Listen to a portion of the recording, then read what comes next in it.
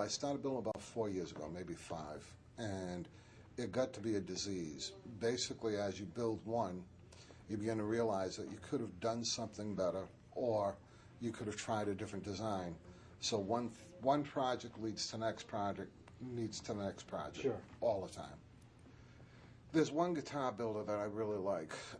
His name is Uli Teufel. He is Bavarian, and he became very famous in one jump, all right, from doing a traditional guitar to doing a creation that looks more like modern art than a guitar. Plays beautifully. You can set up like a Stratocaster, or you can set up like a Telecaster, all right, in seconds, okay? And the thing is just an amazing instrument. Did that in 1995. If you want to lend me $5,000, I could have one myself.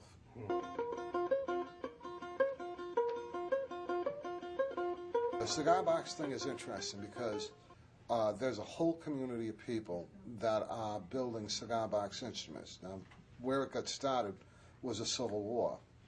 They passed a law that once the cigars were out of the box, you couldn't put cigars back in it again. During the Civil War, a soldier may fight for a few days and then have 3 months where they just camped out. And out of boredom, somebody got a shovel handle and a cigar box and a piece of wire. And that was the beginning. And it's been going on ever since. Still goes on today. It is not a small thing. It's actually pretty big. It's all over the web. I'm influenced by music, not necessarily a lot of specific musicians. I listen to a lot of experimental music, experimental jazz, Dresden Dolls, Portishead, okay, but very, very wide variety of musicians.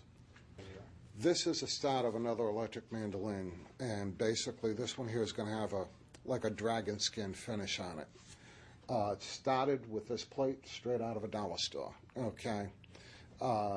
Basically this is the hole cut in it for the pickup, and this is going to be mounted here. The wood will be routed out to give room for the pickup and the controls. They'll be mounted over here, okay. Then the neck, all right. And I started using on that cigar box a spoon for a tailpiece. So I go hunting around at flea markets, everywhere else, for miscellaneous car parts, old spoons, anything that might work as part of a musical instrument. This will be cut down and basically we'll wind up with a curlicue on it, but that'll be the tailpiece for this thing. All right. The more found objects that I find to add into the thing, the better I like it. I like the look that is, I like to come up with a look that people don't expect. That's what I like to come up with as far as a look is concerned. Also, that applies to a sound as well. I have a certain kind of design philosophy. I get very, very tired of people who say, if I had this, this, and this, then I could, okay? If that is the way you think, you're not going to do anything, okay? What can you do with what you got, all right? I do not have an extensive setup for tools. Matter of fact, my main tool bench is on wheels, and I think it's about 3 feet by 3.5 feet. I got a $30 Chinese drill press on it, all right? A beat-up old belt sander, and a scroll saw from Sears Roebuck that's at least 35 years old, all right? Some of the stuff I got to hold together with clamps, but I'm not buying new stuff. Like, I think it can actually add to your creativity if you are forced to do things in ways that people normally don't do them.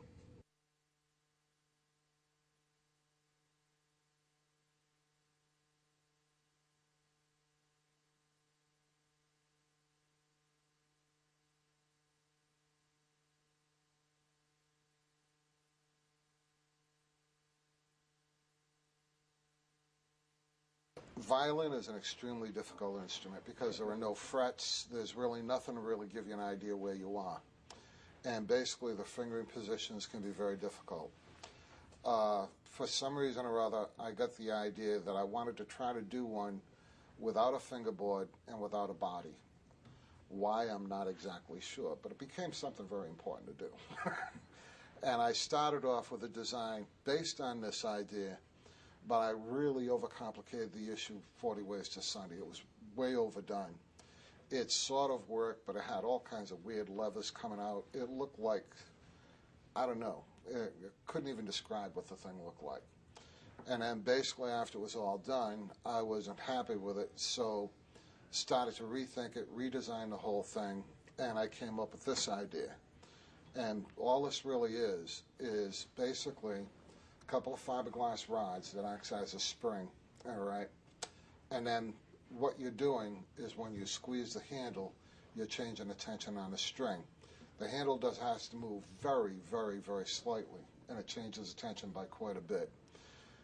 So that's the principle behind the thing. Now, with this one, I'm not really all that happy because it's very difficult to tune because you have a problem where as you tighten one string, you have to go back, tighten the other, and the tuning is all relative because you're tuning against a spring. So I did another one, all aluminum, all right? Just aluminum box section with a hinge, okay, handles coming down. So now it closes against the aluminum, all right, so you can actually do a fixed tuning with it. But I used all aluminum bridges.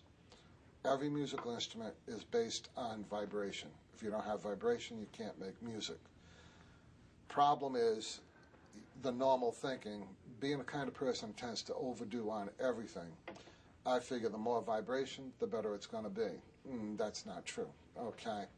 The all aluminum one, it'll work like a charm, except the way too much vibration.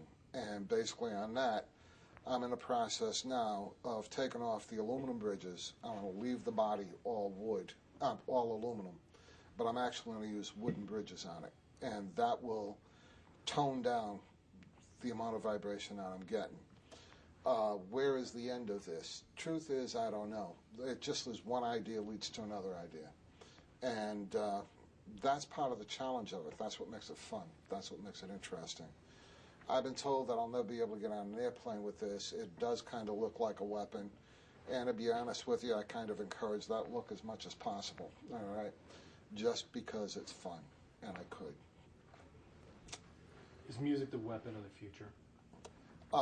If you read, what is it, Atlas Shrugged, Ayn Rand, in it, she described in the 50s a sound cannon that was used as a weapon.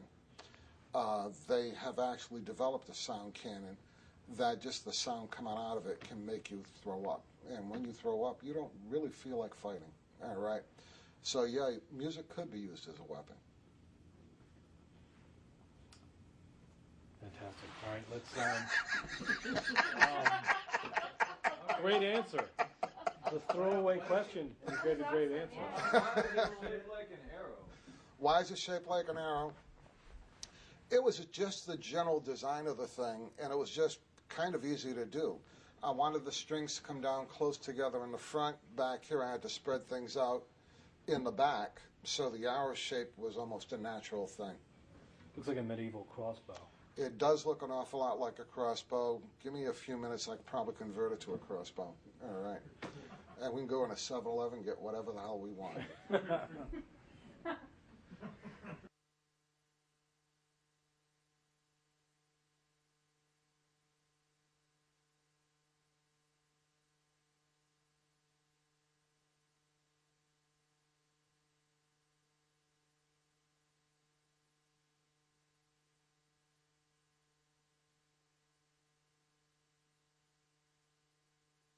I wound up buying a big enough plank of this to get 4 bodies out of.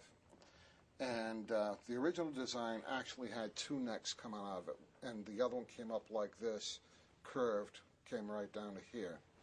I thought I needed it for strength. And I did the first instrument, and it was okay.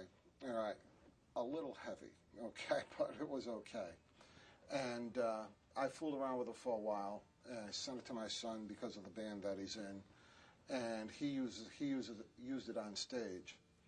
And then basically after that, I started experimenting where I did another one with just the neck coming out of here. That one is silver, all right, black around the edges. It's not even a black. It's called black chrome. And it's a weird color, but it's very pretty. And that's the one where I put in the cutoff switch, the siren, everything else in sight. And basically, every one I do, I modify it so that they really are quite different from one another. Some of them have single coil pickups, some of them have dual coil pickups. This one's got 2 dual coils. But basically, I don't ever like to do anything exactly the same. I want to change it as much as possible. All right. This thing here can be used from like a sub-bass sound to into the guitar range. All right. And again, just like the violin, it doesn't take much here to vary the tension on the strings. All right. And basically, that's pretty much it. I don't ever see this as anything that would be like an instrument that is a widely used instrument. This is somebody that wants to show off and get out front, make a hell of a lot of noise, and be dramatic. That's really what it is, okay? Sound of the thing is all over the place.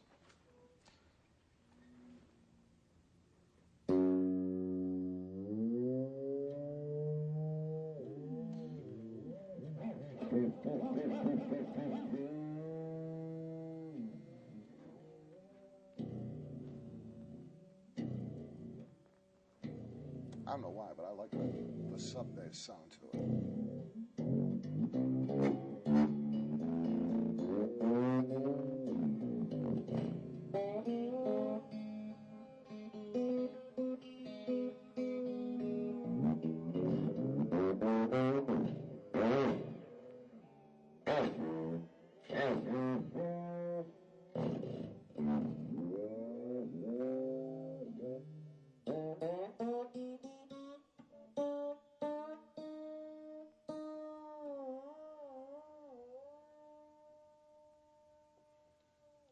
What gives it the long sustain is the extreme hardness of the wood, all right? So it carries vibrations very well. A lot of guitars are made out of bass or alder, and those are pretty soft woods, and basically you can get a fair amount of sustain on them, but the harder the wood is, the more sustain you're going to get. If you switch to metal, you'll even get more sustain. Aluminum would even give you more, all right? This was as much a design exercise as anything else. It is great for industrial kind of music, experimental jazz, that kind of thing. That's what it's really meant for. Great. There's a wide angle in there too. Don't Really move. close. Well, it's giving me some message about the battery. It's about to die. Yep. There's a cord. This is a very traditional electric slide guitar, except this is built out of construction-grade aluminum. Any commercial building that you see that has a glass curtain wall in front with aluminum dividers to hold it up, that's what this is. I've got some guys in St. Pete, J&M Aluminum, and they will pretty much go out in the shop, hunt for whatever I want, but there's one thing I have to do. When the instrument's done, the deal is I have to bring it in for them to see. Okay, so they've been very, very helpful. Getting hold of some of the stuff at times can be hard to be. It's very hard to get. Okay, now I got to tell you about the Barracuda business. Okay, somehow or other, I got into this business of collecting parts and markers from different cars and using them on musical instruments. Basically, I like that idea. Don't know why it appeals to me so much. And I was at a flea market and walking by a table. Some guy restored a 72 Barracuda, and he did not put all the pieces back on and sold the car. All right. This was on his table, and I just had to have it. Okay. Somehow or other, I just like the look of it on there. All right. And I'm sure it's going to infuriate some car collector that's got a car and he's missing that one piece, and I used it on this thing. All right. That appeals to me as well. All right. It's pretty traditional. The only thing that's really different on this compared to a lot of them, and this can be very confusing to tune because of what I did, I wanted to make this as short as possible. And what I did is put the tuners on each end. Every other string, all right, is tuned from the other end, okay? So pretty much when you go to tune it, you kind of got to follow the string and find out what it's connected to, all right? Other than that, the design has worked out fine.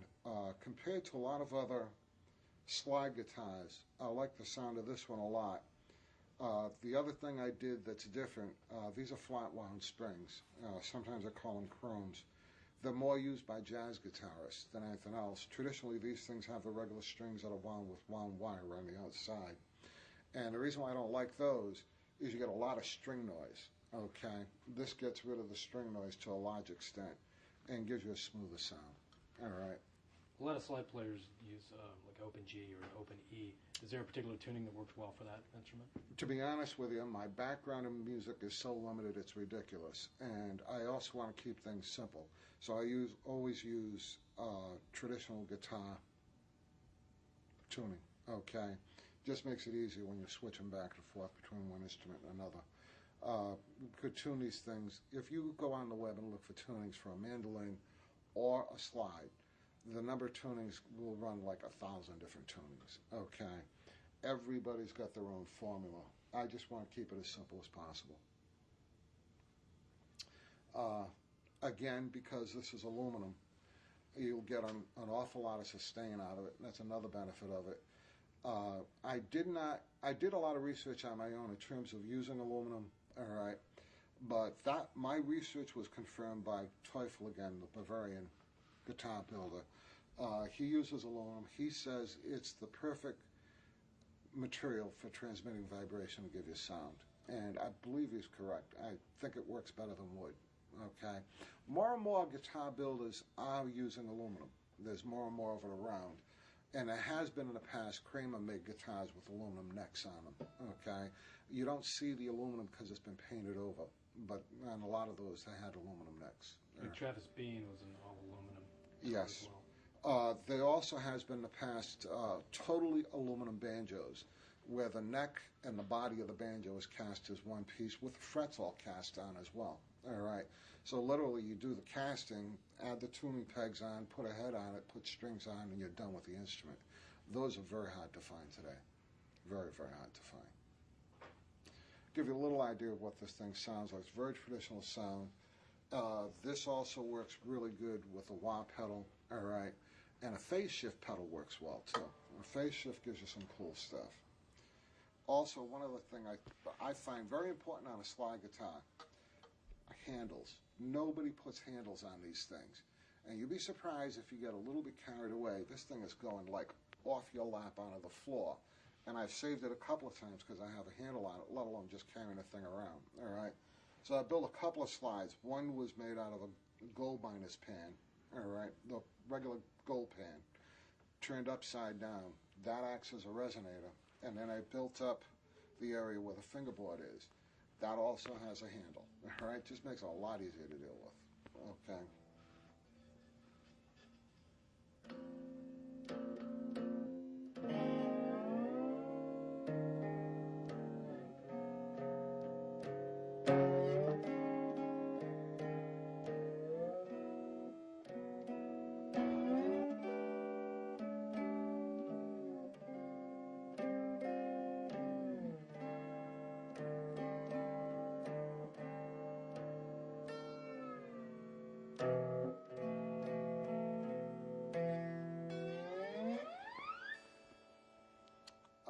The total range on a slide guitar is amazing, okay?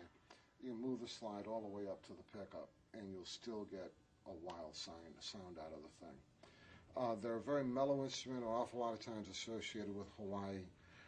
There are very traditional slide guitars built that look like, have the general shape of a guitar, but a square neck on them, all right? And oftentimes that neck is hollow on the inside. And they have a great, great sound to them. They can easily be electrified. I was at a guitar show, I don't know, a month ago, and I saw one of the very, very early ones. And this was actually, the slide guitar was actually one of the first, actually was the very first instrument where an electric pickup was used.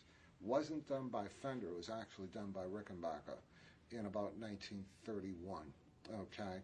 And that is the original electric guitar, which was a slide, okay? That's called a frying pan because you have a narrow neck and then basically the end looks very much like a frying pan on the end. And they didn't know much about pickups, and it's just a huge horseshoe magnet with a split in it at the top. An instrument like that today is worth around $1,200–$1,500 depending on condition. They're still pretty cool and is definitely buyers for. Slide is extremely versatile, very good blues instrument, and also used a lot in country music as well. I am not hung up on genres of music. Okay, I'll switch genres very, very quickly. I like just a lot of different kinds of music. The mandolin is well suited for bluegrass kind of sound, all right, to almost a sitar sound, but just like the sound that it produces and how much fun they are to play. That's the biggest thing to me.